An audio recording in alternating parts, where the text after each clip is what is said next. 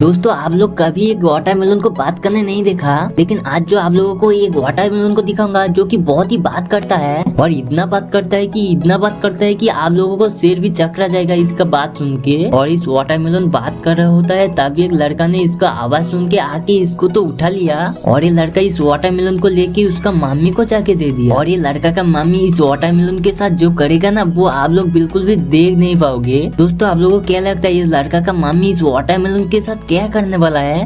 लेकिन वो देखने से पहले दोस्तों आप हमारी इंडिया से इस वीडियो को देख रहे हो तो एक प्यारा सा लाइक कर दीजिए और चैनल को कर देना सब्सक्राइब और कमेंट में जरूर करना आप कहाँ से इस वीडियो को देख रहे हो। दोस्तों आखिर में इस वाटरमेलन का मामी इसको वाटरमेलन को काट के तो खाने लगता है।